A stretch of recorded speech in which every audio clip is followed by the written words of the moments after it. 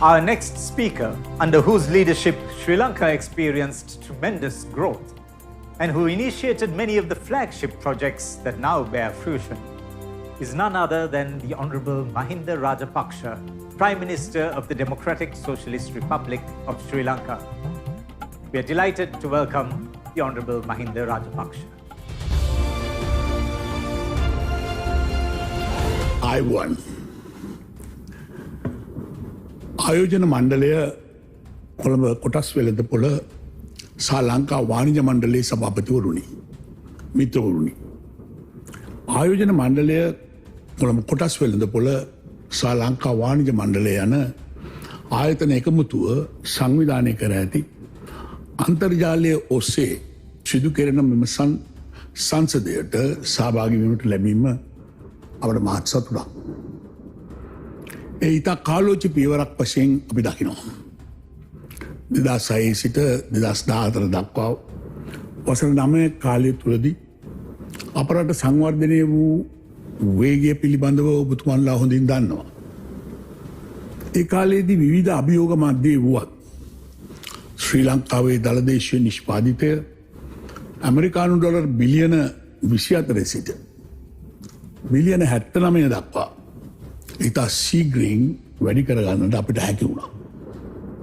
ඒත් ඊට පසු 2015 සිට 2019 වසර 5 තුළදී අපේ රටේ දළදේශීය නිෂ්පාදිතය වැඩි වූයේ ඇමරිකානු ඩොලර් බිලියන 82ක් දක්වා පමණයි.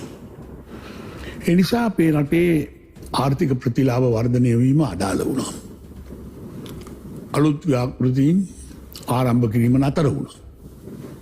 2020 වසරේදී අප නැවත රජය බාරගත් පසුව මුළු ලෝකයම වෙලාගත් කොවිඩ් වසංගතයට අපට මුහුණ දෙන්න සිදු වුණා. රටේ ජනතාව කොවිඩ් උදුරෙන් ආරක්ෂා කර ගැනීමට දින 60ක් තිස්සේ මුළු රටම වසා තැබීමට අපට සිදු වුණා. මුළු ව්‍යාපාර ශේෂ්ත්‍රයම දැඩි අභියෝගයවලට මුහුණ දුන්නා.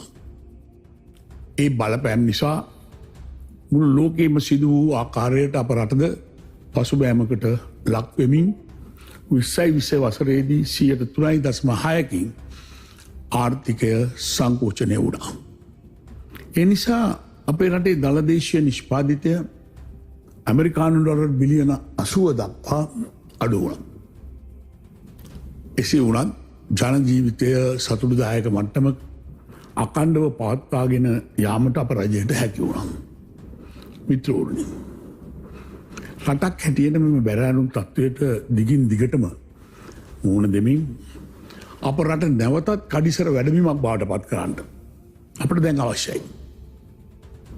අපි දැනටමත් මාර්ග කිලෝමීටර් ලක්ෂය සැමට ජලය නව අධිවේගී මාර්ග ඉදිකිරීම වැනි රටපුරා ක්‍රියාත්මක කරන දැවන්ත ව්‍යාපෘති හරහා ආර්ථිකමය පිබිදීමක් ඇති කරගෙන යනවා. ජනතාව අතර නැවත මුදල් පරිහරණය කරවීම හරහා ව්‍යාපාරික කටයුතු ගොඩනංවනවා. ව්‍යාපාර පහසුවෙන් කර ගැනීම පිණිස අවශ්‍ය ක්‍රියාමාර්ග දියත් කරගෙන යනවා. හම්බන්තොට වරාය ආශ්‍රිත කාර්මික කලාපය තුළින් නව කර්මාන්ත ආරම්භ කිරීමට අවස්ථාව උදා කර දෙනවා. රටපුරා ඖෂධ ඇතුළු අලුත් කර්මාන්ත කලාප දැනටමත් ඉදි කරනවා. කොළඹ පෝට් සිටි ව්‍යාපෘතිය කඩිනමින් දියත් කිරීමට අවශ්‍ය නීතිමය රාමුව සකස් කොට ක්‍රියාත්මක කිරීමට කටයුතු කර තිබෙනවා. රටේ සර්ව ආර්ථික සාධක යහපත් මාවතකට යොමු කිරීමට සැලසුම් ක්‍රියාත්මක කරනවා. ඒ අනුව අප රට නැවත 6% පමණ වර්ධන වේගයක් ඉක්මවා යන මාවතකට අපි දැන් යොමු වෙමින් සිටිනවා. මිත්‍රවරුනි, ශ්‍රී ලංකාවේ වර්ධන වේගය වේගවත් කළ යුතු බව අපි හැමෝම පිළිගන්නවා. ඒ සඳහා ප්‍රාග්ධන ආයෝජන සැලකිය යුතු ලෙස පුළුල් කිරීමට අවශ්‍යයි. යටිතල පහසුකම් සංවර්ධනයට මෙන්ම ආර්ථිකයේ නිෂ්පාදිත ධාරිතාවය පුළුල් කිරීම සඳහා වැඩි ආයෝජනයක් අවශ්‍ය බවද අපි දන්නවා. ඒ සඳහා රජයේ ප්‍රාග්ධන වියදම් වැඩසටහන් අකණ්ඩව සිදු කිරීමට අපි බලාපොරොත්තු වෙනවා. ඒ අතරම ආයෝජනයේ ඉහළ නැංවීමේ ක්‍රියාවලියේදී රජයේ විශාල කාර්යභාරයක් ඉටු කිරීමට බලාපොරොත්තු වෙනවා. ඒ අනුව 2020 නොවැම්බර් මාසයේදී අප විසින් පාර්ලිමේන්තුවට ඉදිරිපත් කරන ලද අවසාන අයවැය ඇතුළින් බෝට්ටු සෑදීම, බන්ධිත ගුදාම්, අක්වෙරළ ව්‍යාපාර වලට අදාළ ගුදාම් සහ පුනර්ජනනීය බලශක්තිය වැනි තෝරාගත්ත අංශවල ආයෝජකින්ට නව බදු නිදහස් කිරීම, මුල්‍ය සහ මුල්‍ය නොවන දිරිගැන්වීම යනාදිය අපි හඳුන්වා දුන්නා. ඒවා සියල්ලම ඉතා ඉක්මනින් ක්‍රියාත්මක කිරීමට අප දැන් කටයුතු කරගෙන යනවා. ඒ අතරම නව පෝට් සිටි නගරය පදනම් කොටගෙන ඊළඟ අවුරුදු 5 තුලදී අප රට තුළට අවම වශයෙන් ඇමරිකාන් ඩොලර් බිලියන 15ක පමණ ආයෝජන ආකර්ෂණය කර ගැනීමට අපි දැන් කටයුතු කරගෙන යනවා. ඒ සඳහා අවශ්‍ය නීතිමය සහ ව්‍යාපාර කිරීමේ පහසුතා රාමුව අද වෙන විටත් නව 50ක් වලින් අප ස්ථාපනය කරලා තියෙනවා. ඒ හරහා කොවිඩ් වසංගත මධ්‍යයේ වුවද අප රටේ හැරවුම් ලක්ෂයක් සනිටුහන් කරවීමට අපට හැකිවනු ඇතැයි අප විශ්වාස කරනවා. නව 50 යටතේ එක කවුළුවකින් සියලුම සේවාවන් ආයෝජනයට ලබා ගැනීමට හැකිවන නිසා අප බලාපොරොත්තු වන්නේ ලෝකයේම ඉහළ පෙළේ ආයෝජකයන් අප රටට පිවිසෙන්නට දිරිමත් කිරීමයි.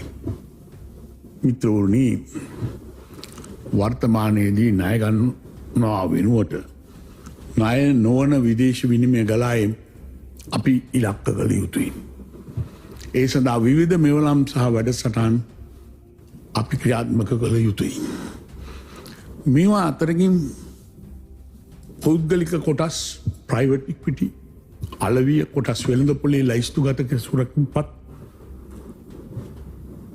ලිස්ටඩ් සිකියරිටීස් වර්ධනය, ණය උපකරණ, ඩෙට් ඉන්ස්ට්‍රුමන්ට් කාර්යක්ෂම කිරීම, නව ව්‍යාපාර ප්‍රාග්ධනය, වෙන්චර් කැපිටල් ජනප්‍රිය කිරීම යනාදී වැඩසටහන් වලට අප මුල් තැනක් ලබා දිය යුතු වෙනවා.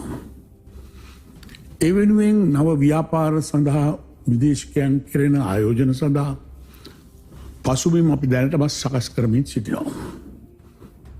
මේ අතර වසංගතයේ මධ්‍යයේ වුවද කොළඹ කොටස් වෙළඳපොලේ මෑතකාලීන ක්‍රියාකාරීත්වය ගැන සතුටු විය හැකියි. මිත්‍රවරුනි, පෞද්ගලික අංශයේ ආයෝජකයින්ට උනන්දුවක් දැක්විය හැකි නිශ්චිත ආයෝජන අවස්ථා ගණනාවක් ගැන මා දැනටමත් විස්තර කරනවා.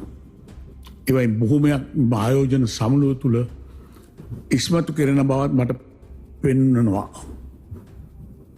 මෙම සංසදයට සහභාගී වන අදාළ රාජ්‍ය ආයතන සහ පෞද්ගලික අංශයේ ආයතන අතර සම්බන්ධයක් ඇති ආයෝජන අවස්ථා කඩිනමින් සිදු කරවීමට ඔබ සියලු දෙනාටම අවස්ථාව උදා වනු ඇතැයි අපි විශ්වාස කරනවා. Dear friends, our government has already started to put a number of measures in place that would make Sri Lanka an attractive country for investors from all around the world. These measures are aimed at ensuring that both local and foreign investors will be able to establish profitable ventures without unnecessary barriers. In this background, we eagerly invite you to select Sri Lanka as your investment destination of choice. We wish your forthcoming sessions every success. Thank you.